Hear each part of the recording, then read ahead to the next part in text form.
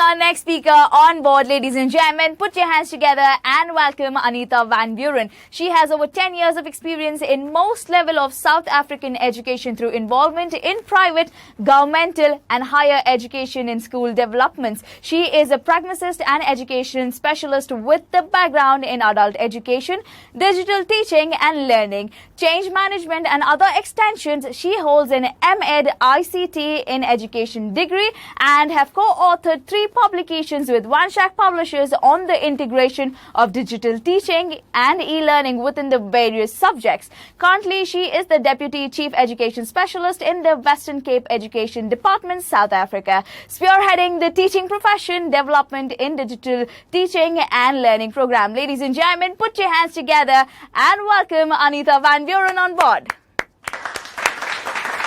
1, go.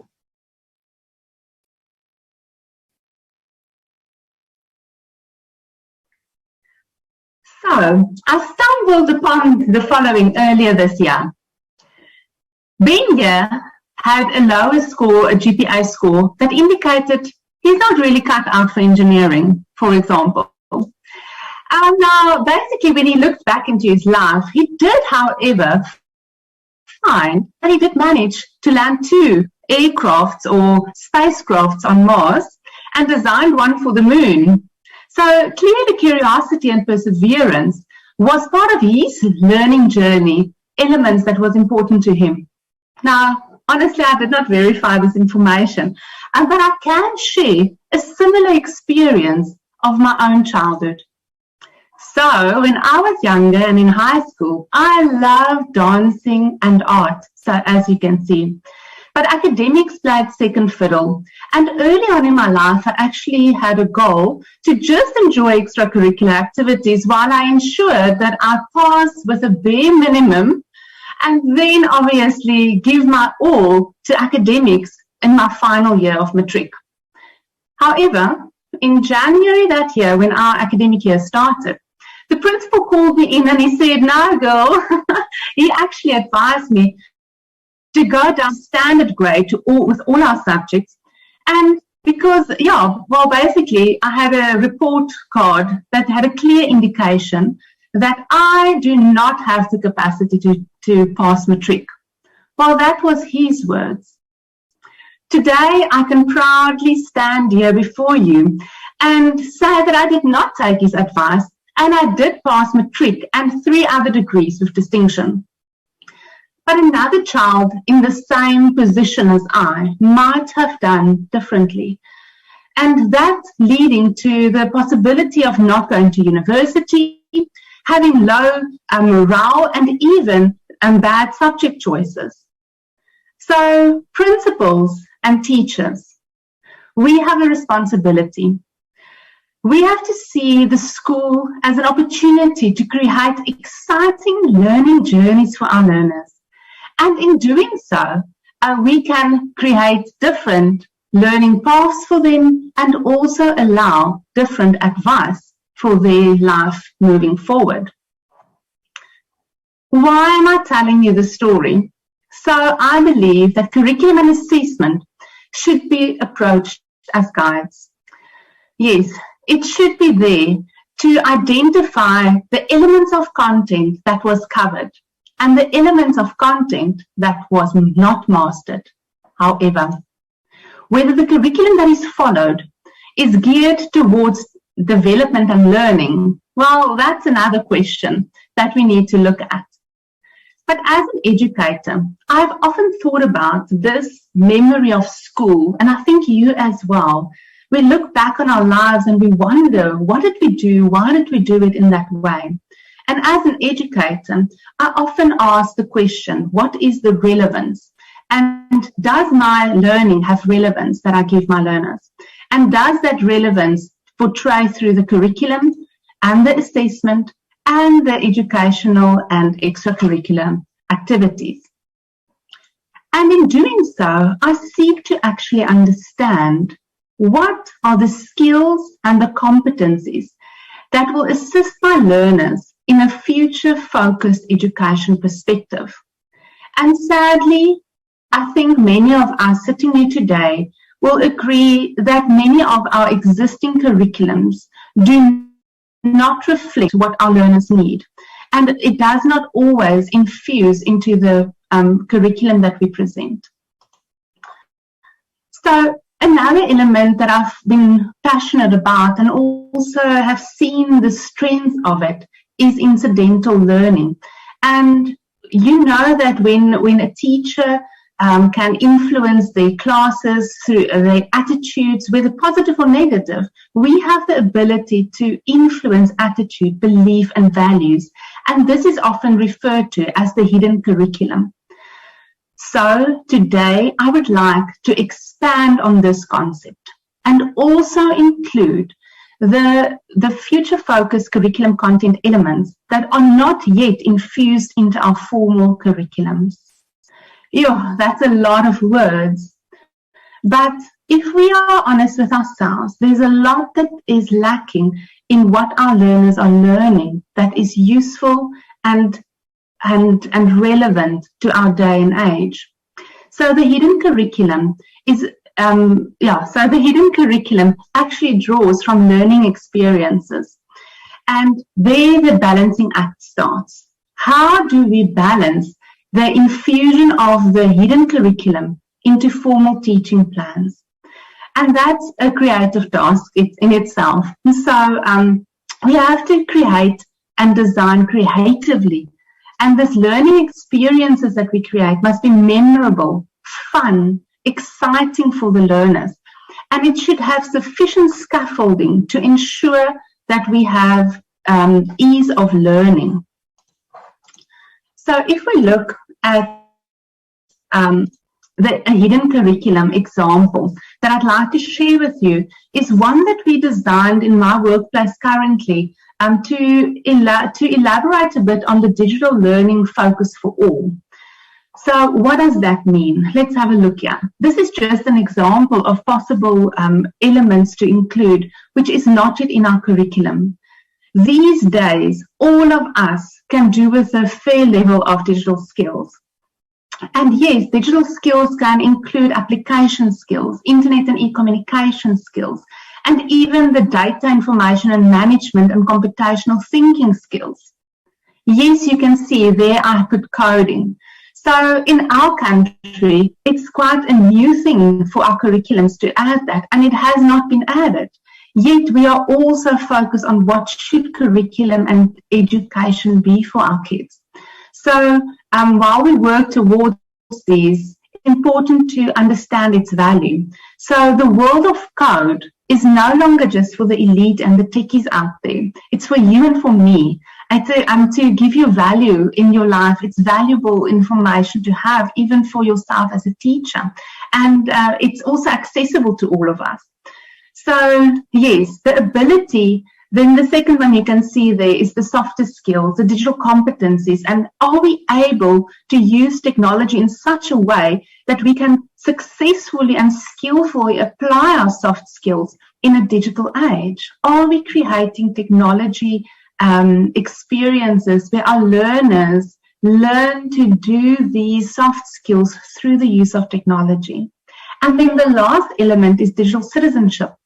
And I think we can all agree that we are part of a global community with its dangers and its highlights. So, yes, how are we infusing our cyber wellness, our cyber ethics and our cyber security elements and concepts and skill sets? Are we infusing that? Or are we waiting for a curriculum to tell us, a policy document to tell us that it's time to infuse it? I think teachers are the engineers of learning, and whatever we value, that will become our hidden curriculum. So I urge you to don't just wait for policy documents to be revamped before change can happen. Be that change now already. So if we have now decided what needs to be part of your learning journey, I think the next obvious question is, how do we know learning happened if it's not part of the formal curriculum and assessment plans? So in order to look at that, I looked at the research in some of my previous research, and it was fascinating to me that even as early as the 1973, there was research that already identified ways of observing learning. And one of them are the ease of learning, to observe that. And that's also an indication of effective scaffolding approaches. Then also, how does attitude change? Because as soon as learning happens, real learning happens, there's an attitude change in the learner.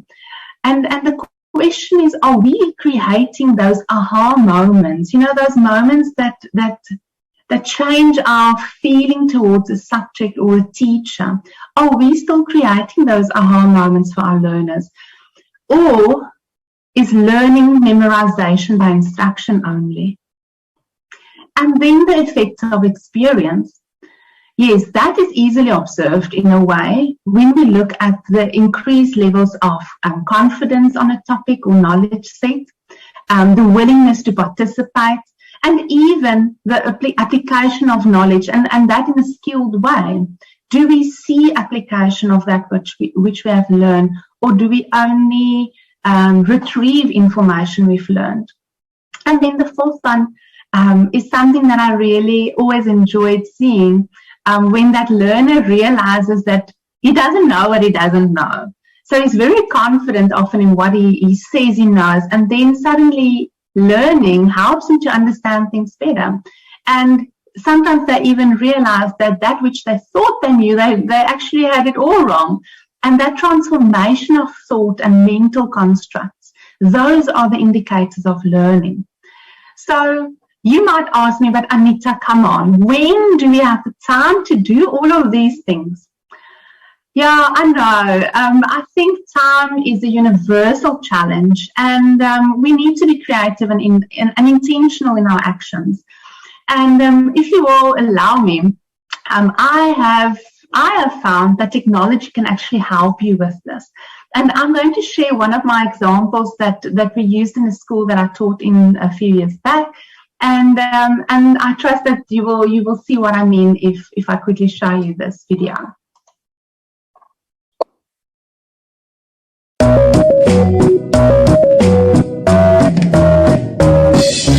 Do you know the first 10 elements of the periodic table? There's hydrogen, helium, lithium, beryllium, boron, carbon, nitrogen, oxygen, fluorine, and neon. So that song just continues, and now it tells the listeners what are all these elements and what is it constructed of, and it just continues and deepening the knowledge of these 10 elements.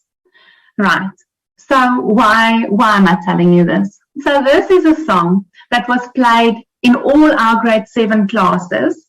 As soon as the bell rang and the kids had to move to another class, all the grade 7 teachers worked together, and this song was playing on the school grounds.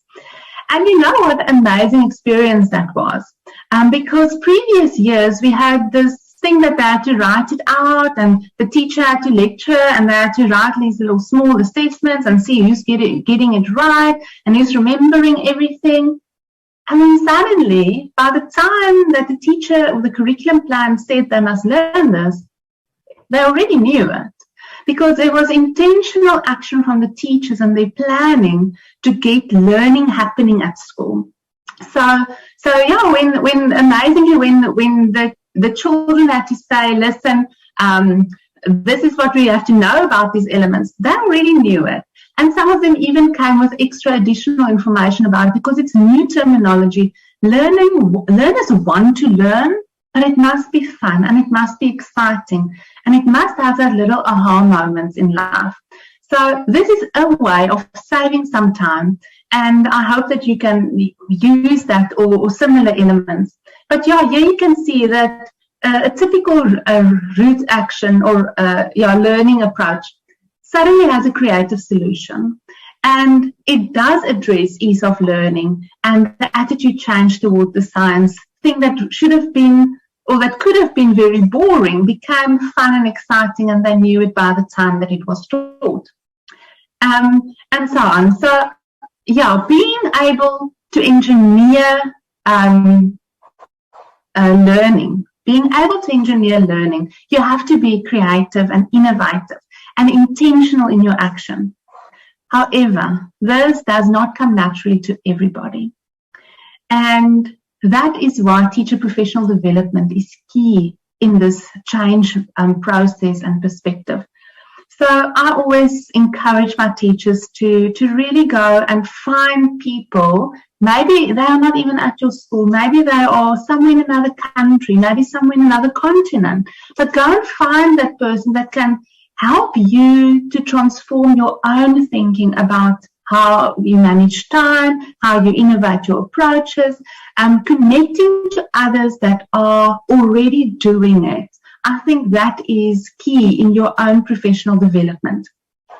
So yes, a teacher professional development program can definitely help you get more comfortable in the use and innovative use of technology and other approaches to learning. So the journey of innovation is filled with change that involves risks, fears, as well as setbacks. So you need to prepare yourself for that. But the reward actually is in the legacy that you leave and the passion that you ignite in others. So when we look at preparing teachers to innovate, I do believe that there's a few elements that I'm going to highlight, and unfortunately there's not enough time to go into depth with all of them, but I will share with you a special resource to also put you in some mindset towards change. So if we look at the key element of the curriculum, we know the content, learning activities, as well as assessment and feedback form the key elements. Now, just as learners are judged by the marks, equally teachers are often assessed or seen in such regard as well. So a class with high marks is often said that they've got an effective teacher. Now, in some way that's true if marks is the measuring stick. However, I feel that often this is the reason why traditional pedagogies remain in our system to such a degree that it doesn't have place for the newer ones. But yeah, so what I'm going to share with you now is some design elements, and research has indicated that the following design elements drive positive learning experience. So learning experience becomes the measuring stick by which we design our learning. And that has a positive impact on the development and growth of learners that goes far beyond assessment results.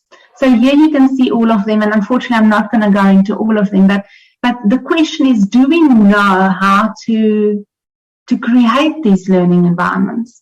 And if not, do we know people that have done it successfully?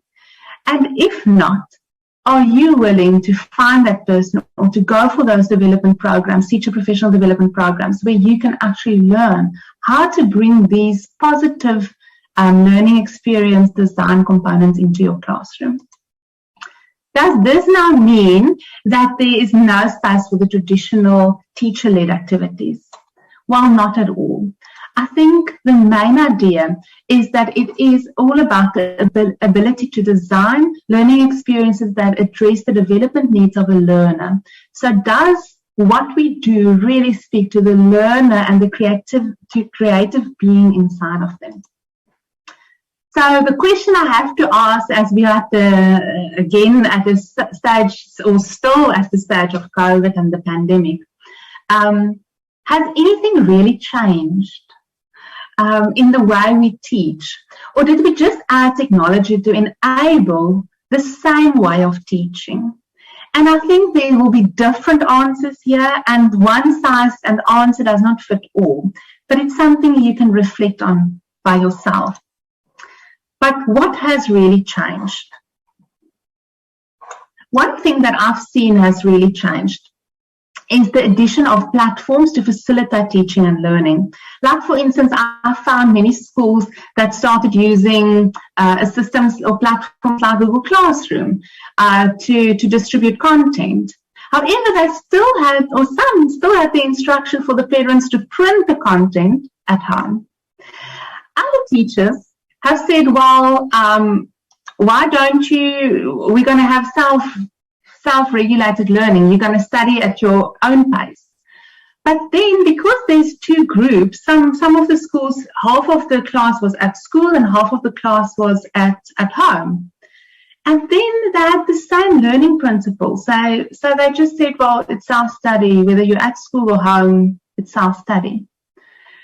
And then we had Microsoft Teams, for instance, where teachers wanted to connect with the learners. But when they connected, the teaching style was still the same. It was the teacher in front, teaching and lecturing.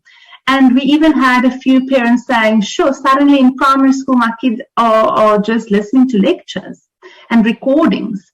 So these kinds of technology integration, is it really addressing the elements of interactivity? And sometimes the scaffolding is even left to the parents or the guardians or the learners themselves. And self-regulated learning is definitely more than just reading on your own. So what has really changed? If the core of our pedagogical approaches have not transformed, we are not yet to innovate education.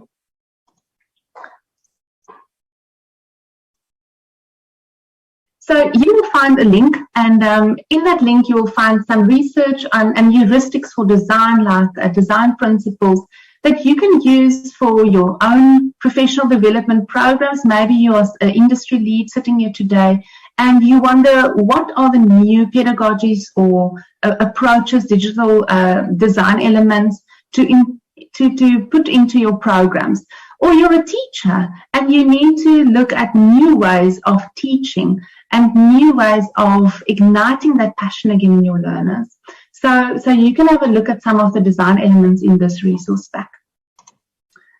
So the question is, where do we start? And I think the first start is to explore the different affordances of technology. Now, when I listened, or when I was younger, this is my understanding of snow. It was a picture. I knew it's white. I imagine it's cold, but I never really had the experience of it. But a few years back, I went to Iceland, and I could really move between the icebergs and the snow, and that experience just became such a reality for me. So a picture is worth 1,000 words, but an experience is priceless. However, if you can't take the experience to the learner, you can use technology to bring that experience to your learners. So let's quickly have a try at this example. So you have a comprehension test, right? And when you do comprehension tests, normally you have an instruction, something similar to that, and you've got text and line drawings. Now, I remember a specific comprehension test of my grade 3 learners, and they all struggled tremendously with it. And what I thought, well, I will give them some examples of the words, and in there were words like the loggerhead turtle, just off the border of the Natal and Mozambique coastline, hatching, predators, ghost crabs, and vultures. And then even if you try to explain this to them, only with that little line drawing, we still got kids that could not do it. And at the end of a year, it would be said that our kids are unable to read with comprehension. But my question is, are we really creating a learning environment for them to succeed? So instead of only having line drawings and explanation of words, what about having real pictures, for instance? And I remember I said, where do you start? So yes, for many of us, this is like basic, but for many of us, it's not yet there. We are not yet here. So, but even better yet, what about this?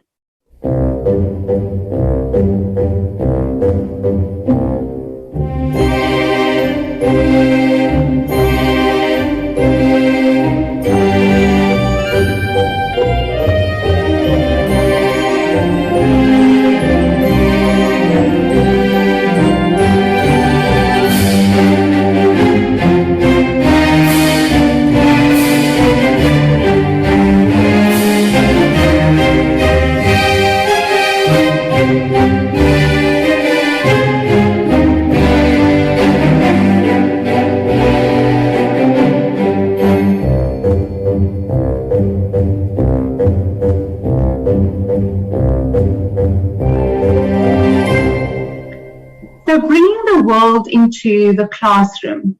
That is the challenge. So let me just get this one going.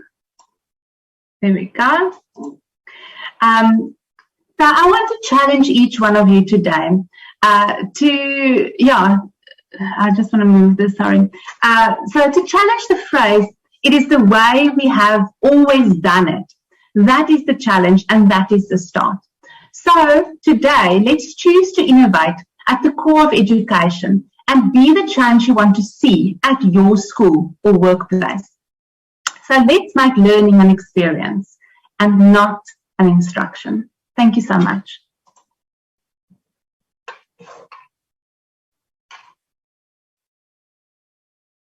Thank you so much, Anita. Hope you had a great time. It was wonderful listening to you. We're going to have the questions sent to you via email so that you can go ahead and respond to the delegates. Okay. We have a couple of questions, Anita. You want to pick those questions and answer, if in case? It's right. Yes. There I have it. Thank you so much. Right, let's have a look. Yeah, thank you so much for those questions. Well, I'm just going to read them. I hope I get them right. Okay. You obviously work in a space where professional development is seen as important. How do we get the financial stakeholders to budget time and money appropriately for effective professional development in the private sector, for appropriate development and not simply tick boxes?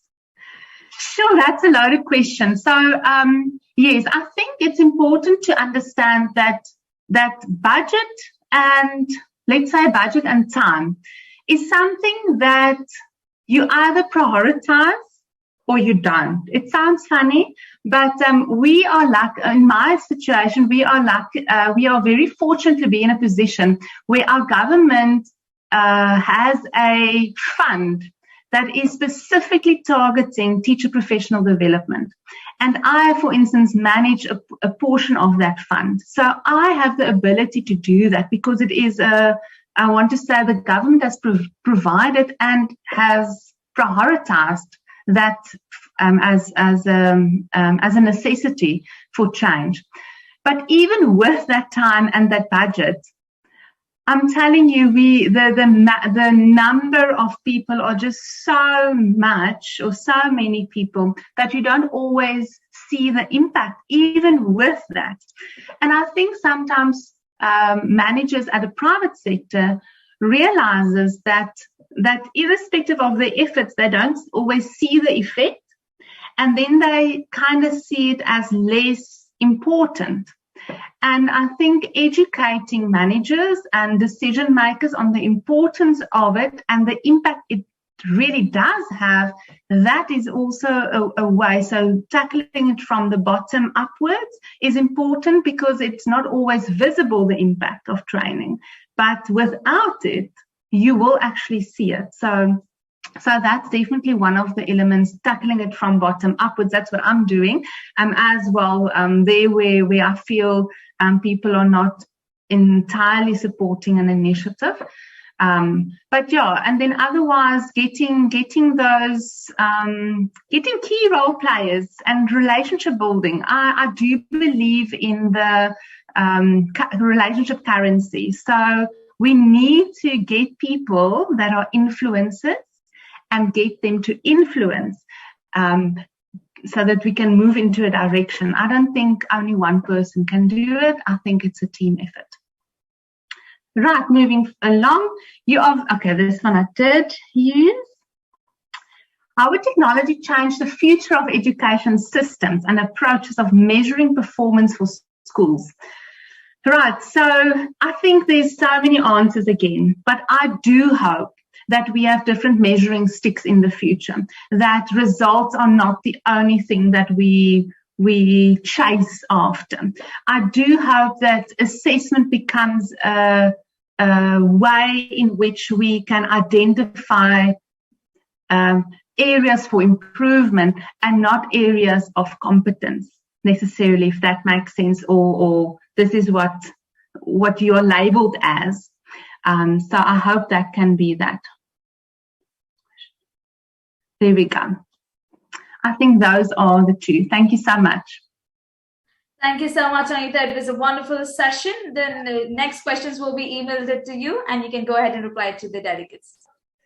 Thank you so much. It was great having you on board. Have a great day ahead. Lovely. Thank you. Bye. Good time.